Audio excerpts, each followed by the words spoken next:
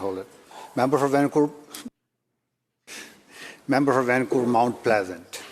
Thank you, Honourable Speaker. I seek leave to rise on a point of privilege.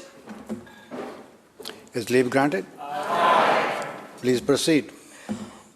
Honourable Speaker, Simgagat, Sigidamanak, Gibit Wiltsuk. My traditional name is Lahaikwaskak.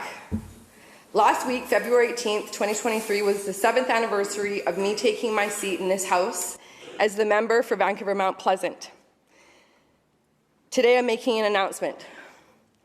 I'm proud to be the descendant of the Niska and Gitxsan people on my mom's side and Cree Ojibwe, French and Scottish on my father's side. My parents, Yvonne Mark and Wayne Sinclair, were both working class. They worked in the fisheries and roofing industries. They both struggled with drug addiction and alcohol addiction. My dad died from an overdose in the downtown east side of Vancouver. My mom, Yvonne Mark, is my biggest fan. She also happens to be my constituent. And I know we can't use props, but if you're going to kick me out, I might as well go out my way.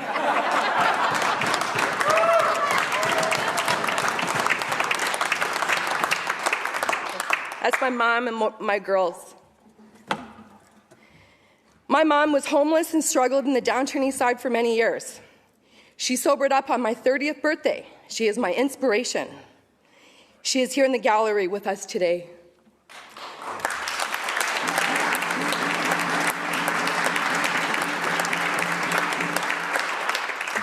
Mr. Speaker, my family, like so many Indigenous families in BC and Canada, carry the multi-generational scars and trauma of the then Indian residential school and the current foster care system. 3 of my grandparents attended the following Indian residential schools: St. Michael's, Brandon, and Elk Lake. When I was sworn in, I wore my late Niska grandmother Thelma Mark's button blanket. Today, I'm honoring my late Gitxsan grandfather, Willie Mark, by wearing his tanned moose skin beaded coat. He escaped Indian agents as a child, had a grade 3 education, and raised his family working hard in the logging industry. For the record, we must continue advocating for justice for all the Indian children who didn't make it home from school, and to do the heavy lifting and hard work to advance the call to action that every child matters. I grew up in the Skeena projects in East Vancouver with a single mom. I went to Van Tech and 5 other high schools before I eventually graduated from Ladysmith Secondary. Mr. Speaker, I am the product of the foster care system. I will speak a little later about how important education is to me and why it truly is the great equalizer, and why kids in care need us to have their back. Mr. Speaker, as we all know, as MLAs, we didn't get to these chambers alone. We had the confidence of our constituents, support from our staff and public service, the passion of our volunteers, and the unwavering love of our family and allies lifting us up along the way. I would not be here today were it not for the unconditional love and support of my aunt and uncle Jerry and Jack Bush, my aunties, cousins, and my siblings. There is not enough time to name them all, but they have all had my back because, as we all know, this work is not as easy as it looks. For 40 years, countless people have empowered me to be on the journey that I'm on today. They have paddled hard with me on my journey, often steering me in the direction I needed to go. People like my high school rugby coach, Mike Haley, gave me the confidence to believe in myself. He told me that I had tenacity. Rugby literally saved my life.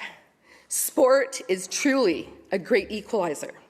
My English teacher, instructor at Native Ed, Susan Briggs, taught me that I wasn't a dumb Indian after all, and that I had the intelligence to complete post-secondary. Honourable Speaker, I'm the first person from my family to graduate from high school and college, namely Native Education College in my riding of Vancouver Mount Pleasant, Douglas College, and Simon Fraser University. As I mentioned earlier, education is very important to me. As Justice Murray Sinclair once said after leading the Truth and Reconciliation Commission, education got us into this mess, and education is going to get us out. Many others have had my back and paddled hard with me over the decades, including Sarah Mines, Steve Chetta, Irene Singh, Mary Von Delorme, Sean McLaren, Bill Yoakum, and Mary Ellen Turpel-Lafond. 36 are here with me today as witnesses, and I wish to read their names into the record. Yvonne Mark, Teresa Mark, Janice Mark, Maya Kalpar Mark, Michaela Ronaldson, David Huber, Samantha Moncton, Clay Sotheby, Diego Cardona, Kenton Duncan, Jody Wickens, Jerry Bush, Jack Bush, Edward Bush, Bernie Williams, Janice Brown, Cherie Goddard, Thomas Ginn, Angie Wilson, Nathan Allen, Pam Russ, Jamie Dexel-Poitras, Cassandra Cordero, Denise Moffat, Crystal Bush, Ava Whitebear, Derek Whitebear, Bryden Whitebear, Ian Mass, Lynn Vamier Mass, and Susan Skidmore.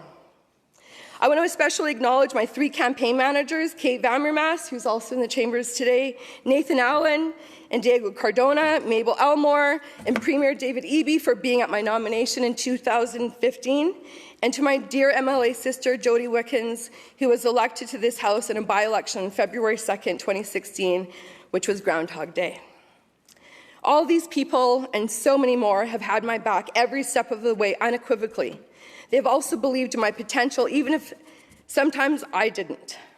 I'm a true believer in resiliency theory.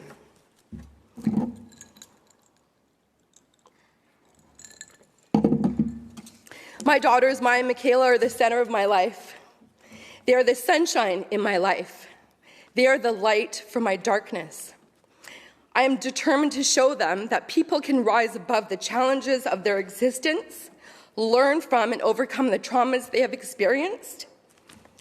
They are one more generation removed from the national shame of the Indian residential school and foster care system, but still they live with its legacy. I'm so proud of my baby eagles who make my life better every day, and I know they will be shining stars in their own way as they make their way forward in life. Together, they gave me the confidence to fight, to be better, and not give up. I also had the support of people along the way that took a chance on me, and I'm thankful. 7 years and 3 elections since I took my seat here, I'm still the only First Nations woman to hold a seat in these chambers and serve in our cabinet. Take a moment and think about that. I wanted to be an MLA so I could be a strong voice for my community, the people I grew up with, so I could be a champion for change. I wanted to disrupt the status quo. I wanted big systems change. In many ways, I have done what I came here to do. But it's also a fact that institutions fundamentally resist change. They're allergic to do things differently, particularly colonial institutions like this Legislative Assembly and government at large. There is a lot that I'm proud of, but this journey has been challenging and has come at a significant personal toll. This place felt like a torture chamber. I will not miss the character assassination. I have been proud, so proud, Mr. Speaker, to represent the great constituency and amazingly resilient people of Vancouver Mount Pleasant, but it's time for me to make a change. Mr. Speaker, I've been an advocate and public servant for 27 years. It has been my honor to serve, but I will continue my advocacy and fight for positive change from outside this House.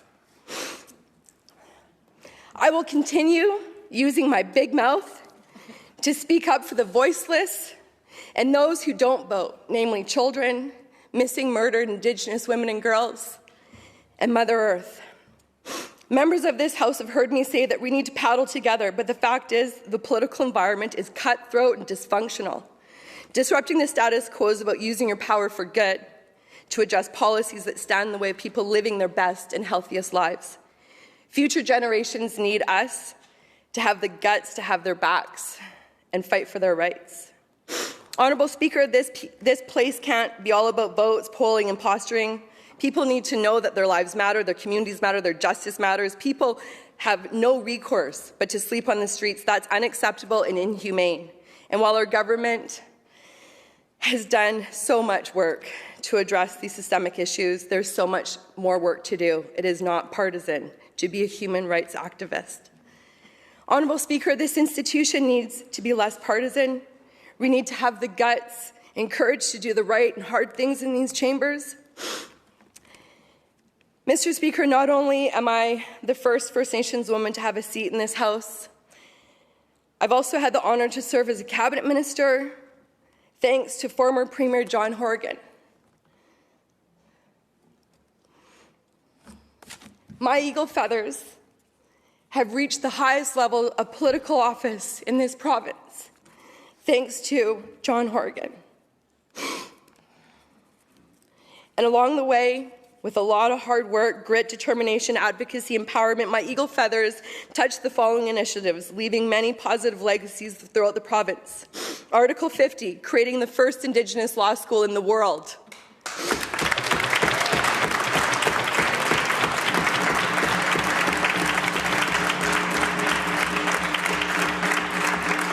It's a long list, so you're going to have to hold your applause, Honourable Speaker. Article 16, Indigenous languages, teaching Indigenous languages in universities, bringing the Invictus Games, FIFA, World Cup, the Grey Cup. It was a lot of fun being the minister, and I got things done. Student housing, $500 million investing in student housing.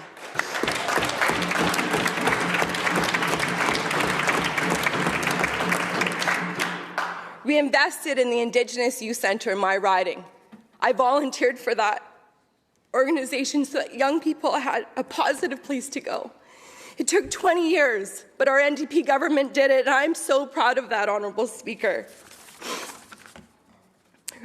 As the Minister for Sports, I created a grant program so that kids in care could play competitive sport, so that they could have a chance to excel. Despite what the opposition critic might think, I did save tourism, arts, culture, and sport during this pandemic. I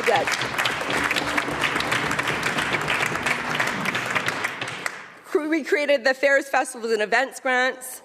We saved the PNE, we invested in the Dr. Sun Yat-sen Gardens and so many others. We overhauled the BC Arts Council. We voted together in this House for the Declaration on the Rights of Indigenous Peoples Act, historic legislation.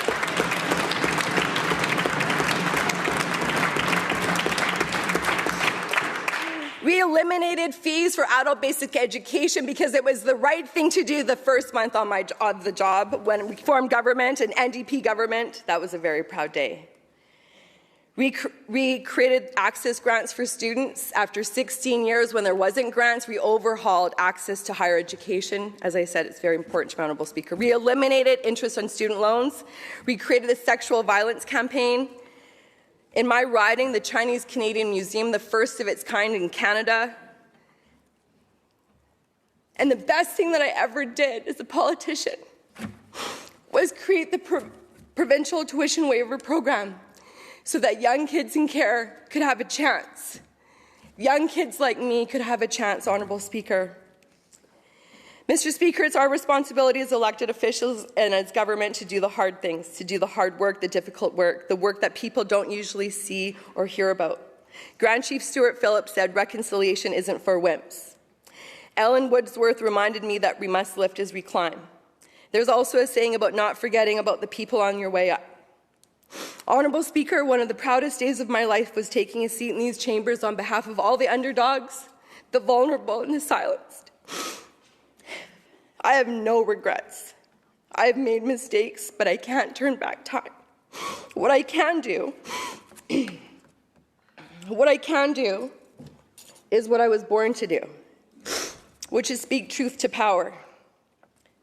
Mr. Speaker, John Lennon is perhaps best known for sharing "Imagine all the people, sharing all the world."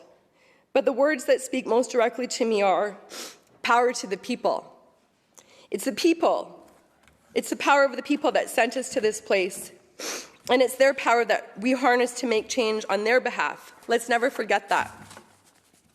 As I've always said, if we paddle together, we will get to our destination sooner. The journey is still hard, and it is still long, but it's only by paddling together that we will arrive together on a distant shore where we can make life better for all. As they say never, but for now my canoe is heading in another direction.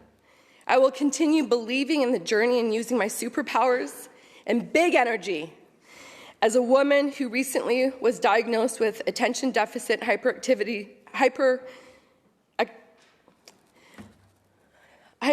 disorder, to advance economic, social, and environmental reconciliation and justice. I recognize this is hard news to hear. This decision did not come lightly. I am not quitting. If anything, I'm standing up for myself. For the first time in my life, I'm exercising my self-determination as a single mother to put myself and my daughters first. Mr. Speaker, I may have been the first First Nations woman to have a seat in this House, but I will do my level best to ensure that I won't be the last. Tuksiyasm.